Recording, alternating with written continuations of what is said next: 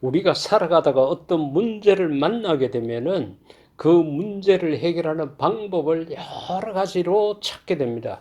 최근 뉴스 가운데 보니까 파키스탄 이 젊은이들이 결혼을 하지 않으니까 남자 나이 18세가 돼가지고 결혼을 하지 않으면은 부모에게 벌금을 물리는 그 제도를 만들겠다고 그렇게 보도가 나온 걸 봤습니다. 그러니까 결혼하지 않는 문제를 해결할 수 있는 방법으로 18세 이상의 부모들에게는 결혼을 할 때까지 매년 세금을 매기겠다. 이런 해결책을 내놓은 거죠. 그렇다 그러면은 하나님께서는 우리 가정의 문제들을 어떻게 해결하시는가? 성경 곳곳에서 하나님께서 해결사 노릇하신 것을 많이 볼 수가 있습니다. 또 실제적으로 하나님만이 해결할 수 있는 문제일 수 있습니다. 생각을 해보세요. 우리 남편이나 아내 문제나 우리 자식의 문제나 부모 형제 문제, 이것을 우리의 힘으로 해결할 수 있던가요? 아무리 우리가 힘쓰고 애쓰고 노력해도 안 됩니다. 그런데 하나님께서 여러 가지 모양으로 이런 문제를 해결하신 그런 기록들이 있습니다. 제일 먼저 우리가 사무엘상 1장 6절 이하의 말씀을 통해서 배우자 간의 문제를 해결해 주신 것을 알 수가 있습니다. 한나라는 여인이 아이를 낳지 못하는 것 때문에 어떻게 보면은 본처의 자리에 있으면서도 아이를 낳은 후추로부터 많은 정신적 고통과 압박을 받게 됩니다. 그리고서 남편의 위치 속에서는 이 두 아내를 다 포기할 수 없는 거예요. 본처는 본처대로 아이를 낳지 못하지만 그에 대한 사랑이 깊었습니다.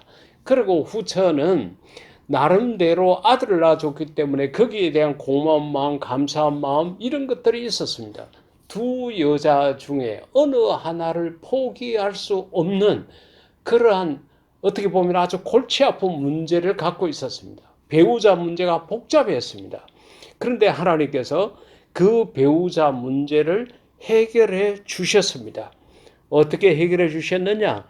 그 사무엘상 1장 20절 가운데 보면은 한나가 임신하고 그와 같이 얘기를 했어요.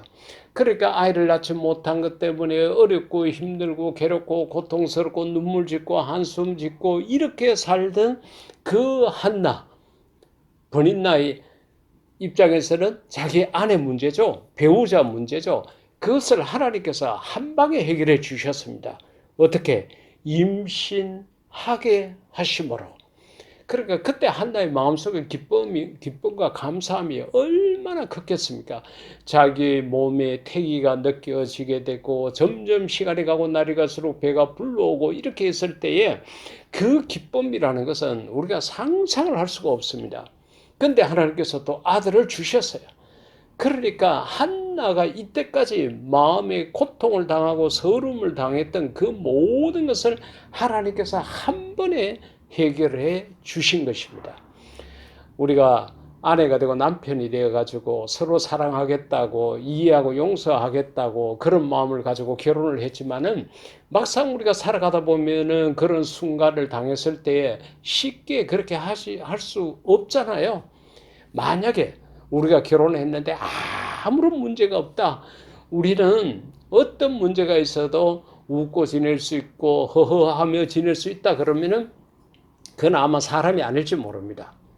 그마치 우리가 살아가는 데는 문제가 있을 수밖에 없고 그 문제 때문에 힘들 수밖에 없습니다. 그런데 이 문제를 해결해 주신 분은 누구냐? 하나님밖에 없다는 거죠.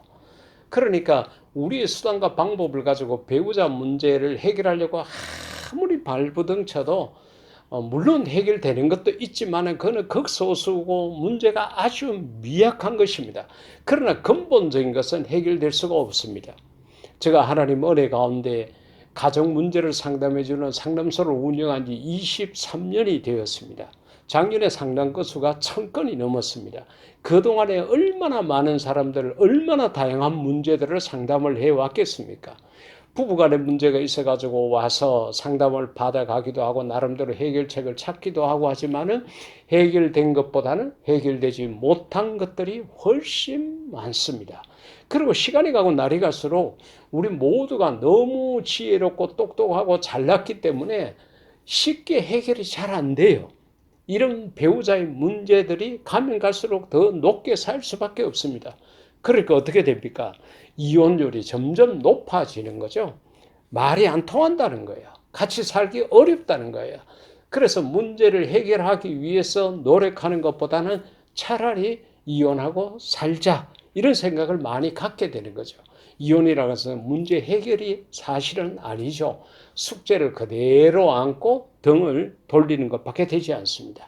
그러나 이런 남편 문제, 아내 문제를 해결해 주실 분은 하나님밖에 없습니다. 그렇기 때문에 아내를 위해서 우리가 많이 기도하고 남편을 위해서 더 기도하는 가운데 하나님, 우리 부부의 문제를 해결해 주십시오. 내 아내, 내 남편의 얽히고 설킨 문제를 해결해 달라고 우리가 하나님 앞에 기도하는 것이 가장 바람직합니다. 두 번째로는 사무엘상 2장 12절, 4장 17절을 통해서 자녀 문제를 하나님께서 해결해 주셨다는 것을 우리가 또 알아야 합니다. 엘리의 아들들은 행실이 나빠 여호와를 알지 못하더라. 여러분 참 비참한 일이죠. 우리가 세상을 살아가면서 이것저것 많이 알면 알수록 좋은데 하나님을 많이 아는 것은 너무도 복된 일입니다. 그런데 엘리의 아들, 엘리는 제사장이고 그에게 두 아들이 있었죠. 시간이 가고 날이 가면은 이 두 아들이 아버지의 그 제사장직을 섬겨서 제사장이 되어야 되는데 행실이 나빠요. 생각만 나쁜 게 아니라 행실까지 나빴습니다. 더군다나 여호와를 알지 못했다.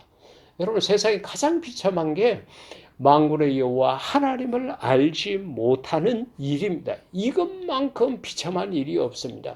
그렇기 때문에 우리는 자녀들에게 부지런히 하나님을 가르쳐야 됩니다. 성경 말씀을 통해서 하나님이 우리의 주인이시고 우리의 생명이시고 나의 전부이시고 우리의 갈 길을 인도하시고 하나님이 우리 생사화복의 모든 것을 다 주관하고 계신다는 것을 우리 자녀들에게 부지런히 가르쳐야 됩니다.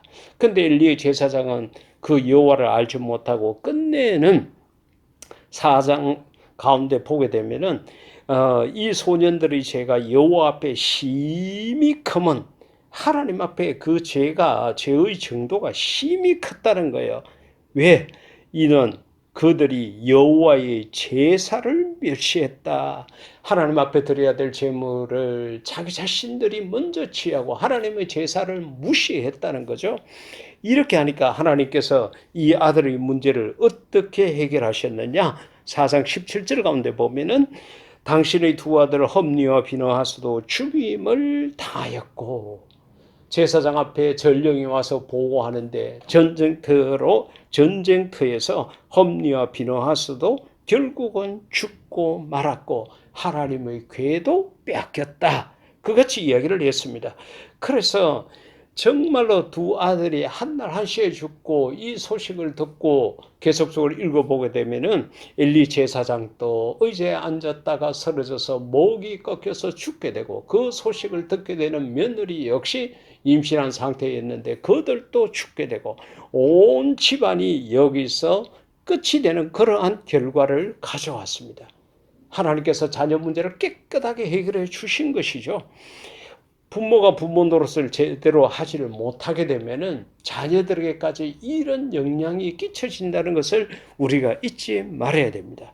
그래서 하나님께서는 배우자 문제도 해결해 주셨고 자녀 문제도 해결해 주셨다는 것을 우리가 기억을 하고 하나님이 우리를 죽이시기도 하고 살리시기도 하고 엄부에 내리기도 하시고 올리기도 하고 여호와는 가난하게도 하시고 부하게도 하시며 낮추기도 하고 높이기도 한다는 한나의 기도 내용들을 우리가 잘 기억해서 하나님 안에서 우리의 가정을 건강하게 잘 꾸려나가는 그런 저와 여러분이 될 수 있기를 인류 최대 멋쟁이신 예수님 이름으로 축복합니다. 아멘.